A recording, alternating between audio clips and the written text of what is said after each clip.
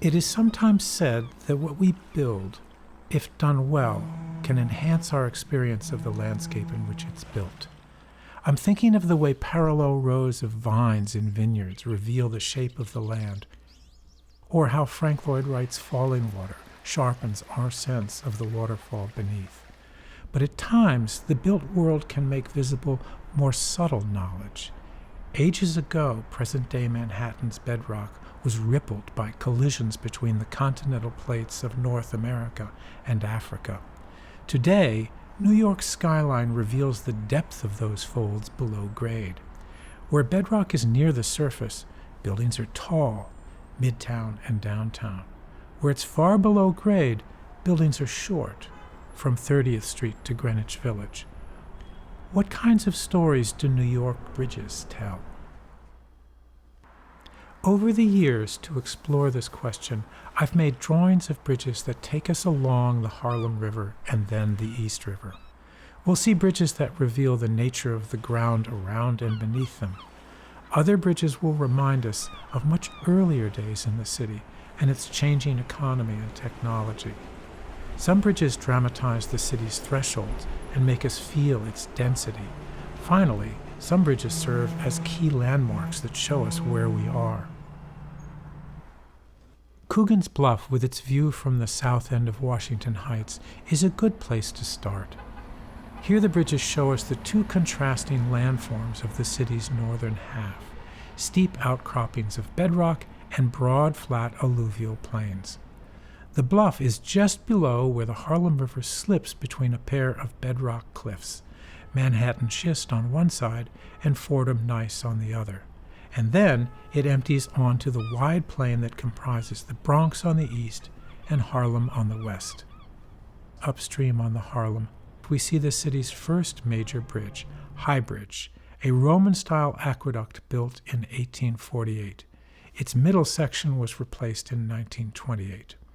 It was built high up over the Harlem to bring potable water from Croton Reservoir 30 miles to the north. Like the other bridges upstream on the Harlem, High Bridge depends on the steep rock bluffs on either side to buttress its high arches.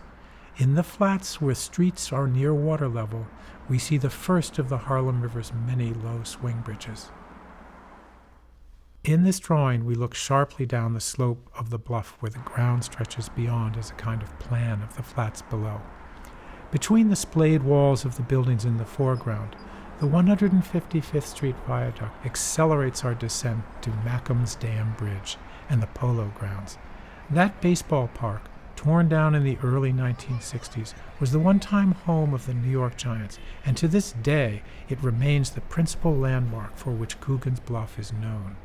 We can see Willie Mays in its vast center field, and behind him the park's famed Knickerbocker beer scoreboard. Across Mackham's Dam Bridge, we find another baseball park, Yankee Stadium, the recently replaced home of the New York Yankees. Manhattan Island has long been the most built-up part of the city. Because the Harlem River is narrow, the bridges that cross it into Manhattan are short, and when they cross into a particularly close-packed part of the city, the experience is almost like crossing a drawbridge over a moat into a castle. The density, intimacy, and size of the city all intensified by the empty landscape left behind. Harlem Arrivals was a mnemonic exercise for me that built on this castle-like sense of entry. It shows the Park Avenue lift bridge in the 1950s, soon after it replaced an original swing bridge, and when it still carried the New York Central and New Haven railroads over the Harlem River into Manhattan and on to Grand Central Terminal. I used to cross this bridge often with my dad, whenever he would bring me from Connecticut to the city. Crossing it was preceded by a long journey past the low warehouses and rail yards of the Bronx that backed up to the railroad's right-of-way, and so the bridge served as a kind of threshold for the city. What marked our actual entry into the city was our entry into the narrow space of Park Avenue, where the walls of tenements loomed on both sides, fire escapes zigzagged upwards, and windows peered back at us. Harlem River Bridges looks back along the riverscape we've just followed, laying out for us a kind of inventory of the river's bridges. Most of them are swing bridges, like the ones we saw in the flats below Coogan's Bluff. These rotate horizontally out of the way of the occasional tall boat. There are 2 lift bridges which use counterweights housed in towers to lift a bridge span above passing boats. The bridge in the foreground is the Harlem River section of the Triborough Bridge, which links Manhattan and the Bronx. The Triborough is the first bridge we've seen with viaduct approach ramps, and the drawing emphasizes the contorted connection between the Robert Moses-era parkway along the river and the bridge deck high above. Once the Harlem joins the East River, the bridge types change. The longer spans are our clue that the waterborne traffic beneath has shifted from barges and tugs to ocean-going vessels. The long-span bridges also remind us that the East River used to be home to the Brooklyn Navy Yard.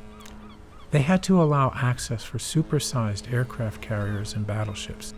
Here we find steel suspension bridges and high steel trusses, and we see that the viaducts that take us up to the heights of their main spans have become much bigger parts of the bridges. 2 drawings show us how expansions of bridge capacity have intensified an awkward fit between bridge and city. When it was built in 1909, the Queensboro Bridge carried a spur of the 2nd Avenue IRT into Queens and 2 pedestrian walkways on its upper deck. On its lower deck it had a trolley, more pedestrian walkways, and only 4 lanes for automobile traffic. Today, it carries 11. We see the delicate finials of the bridge in sharp contrast to the tangle of ramps that gather the traffic onto the bridge and spew it back out into the city. The foundation of that bridge occupies several blocks of city land. Dumbo, down under Manhattan Bridge, shows us how Brooklyn is also not spared the impact of cars.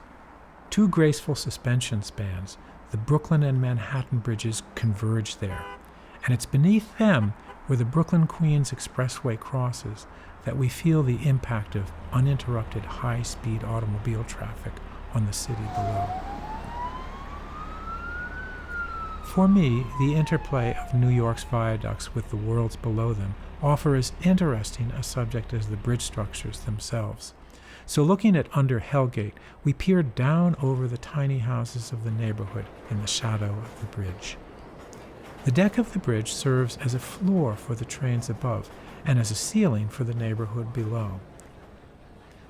Lively Chinatown markets are tucked under the Manhattan Bridge's viaduct at Forsyth and Division Streets, and we might wonder what the character of these places would be if current building codes banning buildings under bridge viaducts had been in place when these markets were built.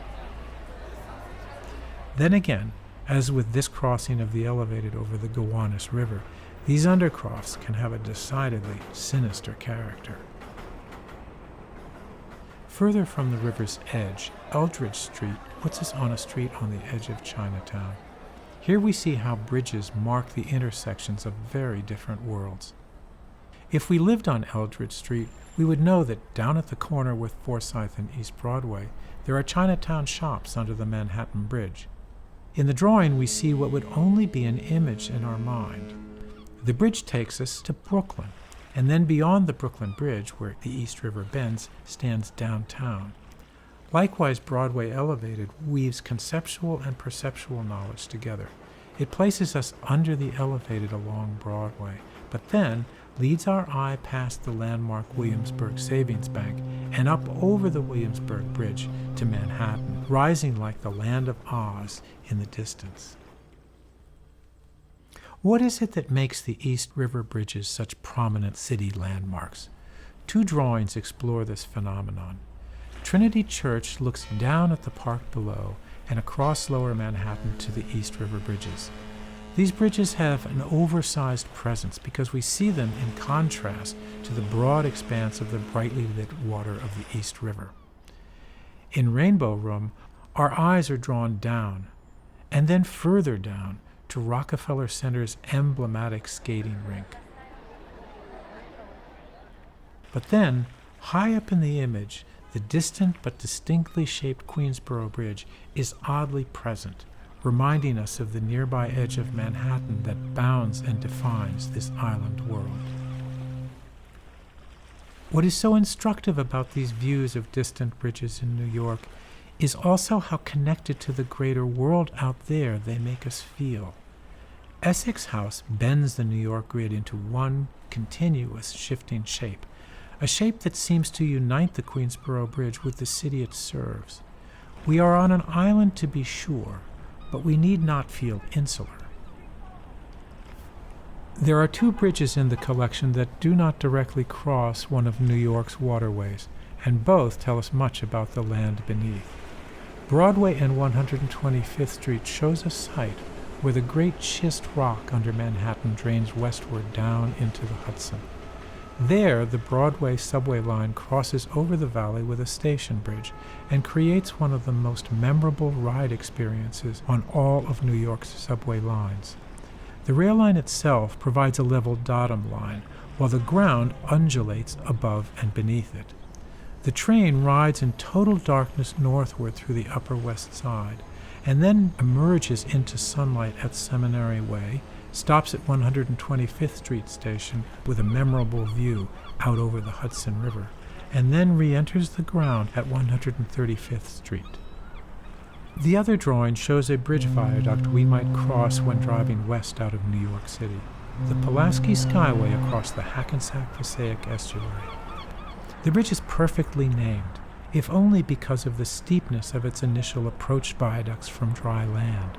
They really do seem to point the front hood of a car skyward, but there's more to the bridge than just that. Climbing to Newark shows just how butchered the estuary has become, a wasteland of warehouses, landfills, smokestacks, toxic seepage, and lift bridges. But the drawings reveal how richly we experience that landscape by the way we move through space as we cross over it. Where the marshy estuary has been filled, we hover low over it, as if on a causeway across water, more a part of the sky than of the land. Where the estuary has been dredged into channels, the bridge lifts us high up over the ships that might pass underneath us. With its bridges, New York is blessed with a unique set of urban landmarks. They are both distinctive features and a necessary means of travel. What is so compelling to me about New York City's bridges is not just their size or their grace, but the way in which they seem to thread the city and its stories together. They position us in time and in space. They remind us that our experience of the city is much more than what we can see. It's just as much what we know, remember, and imagine.